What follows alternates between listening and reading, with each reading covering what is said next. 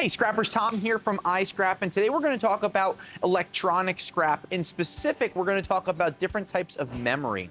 So memory comes out of computers. It could be laptops, it could be towers, and over the years, memory has changed. They've put heat shields on them to be able to absorb some of the heat to make it function better. They've also had higher grade chips, but if you don't know how to sort and separate your memory, or if you've sold memory to your scrapyard before, let us help you learn different types and how to be able to learn about pricing and how to sort them to make more money, just like you would on your #1 copper versus your #2 copper. So there's different types of memory, and the two types that we're going to go over today is going to be your regular memory, and then there's going to be Rambus. So memory could also be referred to as RAM, random access memory, and Rambus is the same thing. It just has the aluminum heat sinks on it. Now, these pieces are used to help the computer think.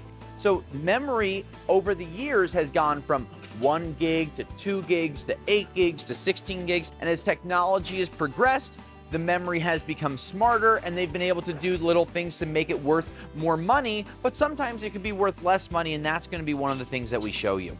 So in front of me, I have these different types of memory, and we're going to talk about the ones that don't have the heat shields on them first, and those are these.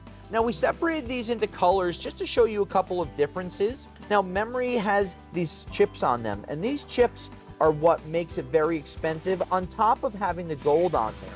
Now, generally, the blue memory could be a little less expensive than the green, and normally it's because the chips on them are smaller or there's less of them compared to a green one. You can see 8 chips on here, 5 chips on here, and when you flip them over, you see the 5 chips here. These don't have it on the other side, so these could be considered around the same price because even though the chips are smaller, they're two-sided, which makes them a little more valuable. But generally, these two types of memory that don't have heat shields on them can be mixed together, but you might want to ask your scrapyard before you sell it to them. Now, if you don't know where to sell it, our company, Rockaway Recycling, does that, and you can click on the link below to learn more about the different memories and the different types of shipping and selling options. Now, when you look at some of these green types of memories, you're going to see different sizes. Now, one thing that you may read about online is memory being able to be used for reuse or reselling it. And that's completely true. But before you take a piece like this and you just put it on eBay, how do you know it's going to work? So there are ways to be able to sell this for reuse, but it's really hard if you don't have things like a memory testing system, a memory device that you can plug in to see if it's good, because what happens is if there's any types of scratches to any of these pieces, just like I did, that's going to make it so you can't use this anymore and it's not going to register correctly. So when you go to sell things on eBay, if you don't know that it works, you could have problems.